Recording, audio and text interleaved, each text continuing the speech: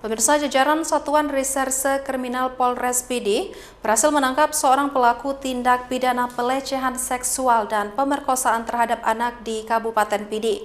Tersangka memperkosa korban sebanyak 5 kali.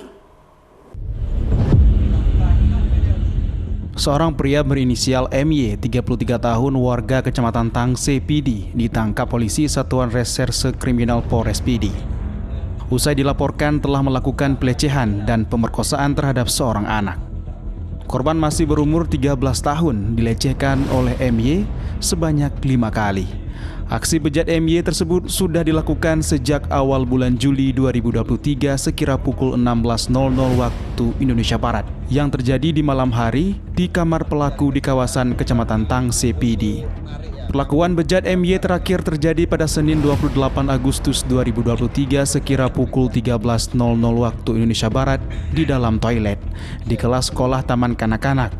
MY ditangkap di samping Belang Pandak, Gampong Blangdot, Kecamatan Tangse, Kabupaten PD. Pelaku ditangkap polisi setelah orang tua korban melaporkan aksi bejat tersebut ke pihak kepolisian. Pelaku dipersangkakan pasal 46 JO, pasal 47 JO, pasal 48 JO, pasal 50 Kanun Aceh nomor 6 tahun 2014 tentang hukum jinayat. Untuk penanganan ini kita masih gunakan kanun jinayat yang ada di Aceh, namun kita tetap melakukan komunikasi dengan jaksa penuntut apakah bisa didankan ya, atau digabungkan dengan undang-undang perlindungan anak. Ya, karena ada kesempatan yang karena pelaku ini kan sudah melihat biasanya anak ini mainnya di sini sekian lama dan sebagainya, ini kan menjadi faktor pemicu perbuatan.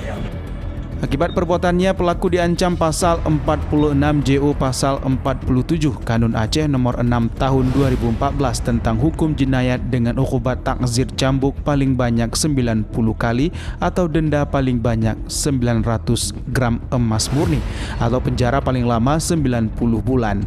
Dari Kabupaten PD, Jamal Pangwa, iNews melaporkan.